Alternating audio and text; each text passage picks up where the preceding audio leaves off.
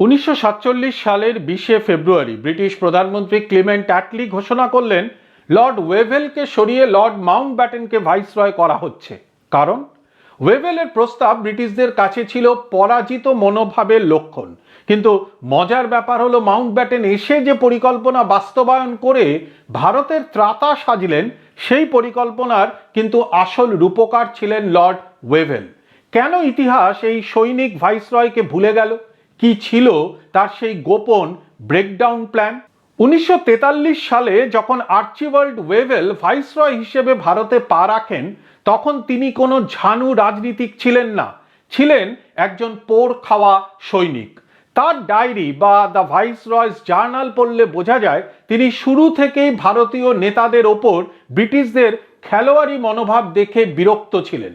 1943 সালের অগাস্টে তিনি এক অভূতপূর্ব প্রস্তাব দেন। তিনি চেয়েছিলেন ভারত ছাড়ার ঘোষণা দেওয়ার আগে প্রশাসনকে শক্ত করা। তার প্রধান পরিকল্পনা ছিল গান্ধী, নেহেরু ও জিন্না সহ 10 জন শীর্ষ নেতাকে নিয়ে ভাইসরয় হাউসে এক গোপন বৈঠক।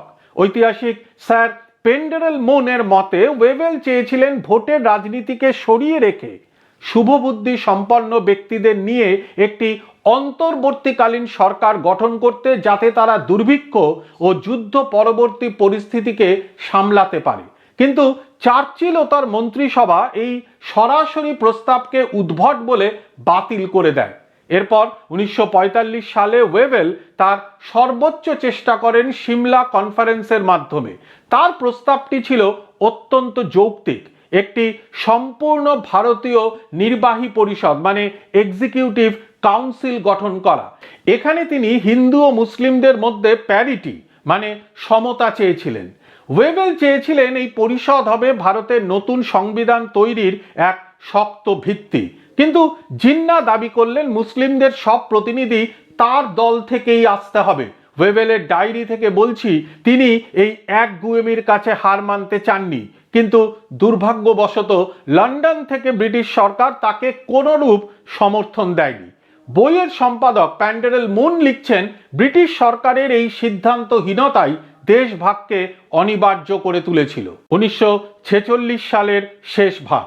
ভারত তখন এক আগ্নেয়গিরির ওপর দাঁড়িয়ে। ওয়েভেল বুঝতে পারেন ব্রিটিশরা আর বড় জোর 18 মাস ভারত শাসন করতে পারবে।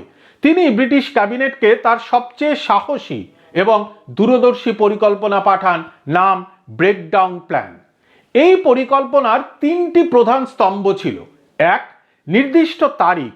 ওয়েভেল দাবি করেন 31 মার্চ 1948-এর মধ্যে ব্রিটিশদের অবশ্যই ভারত ত্যাগ করতে হবে।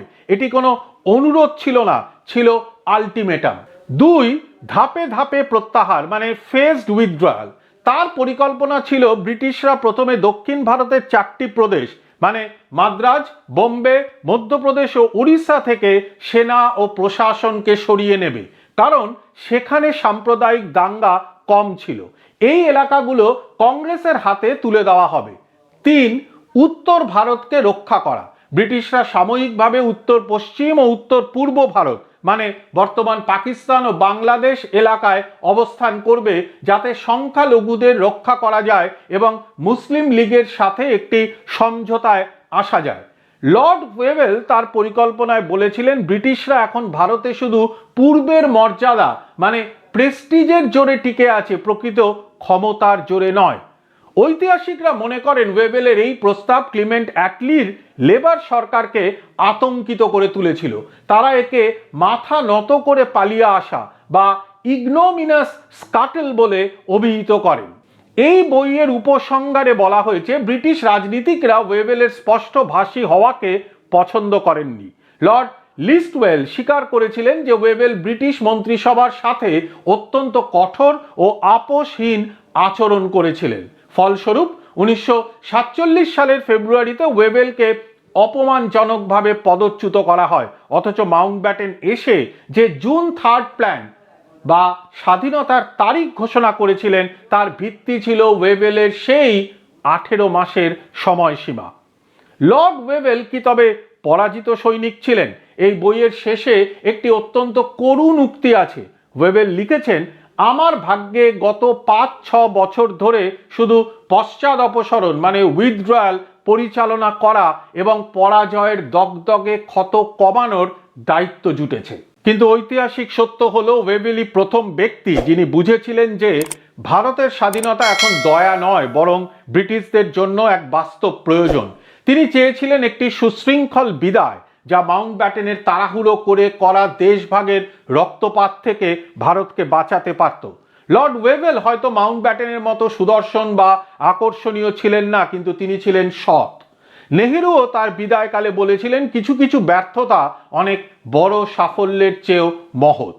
লর্ড ওয়েভেলের এই ব্রেকডাউন প্ল্যান যদি বাস্তবায়ন হতো, তবে কি আজকের ভারত পাকিস্তান সম্পর্ক ভিন্ন হতো? আমাদের কমেন্টে জানান। ভিডিওটি ভালো লাগলে শেয়ার করুন এবং সাবস্ক্রাইব করে আমাদের পাশে থাকুন। নমস্কার।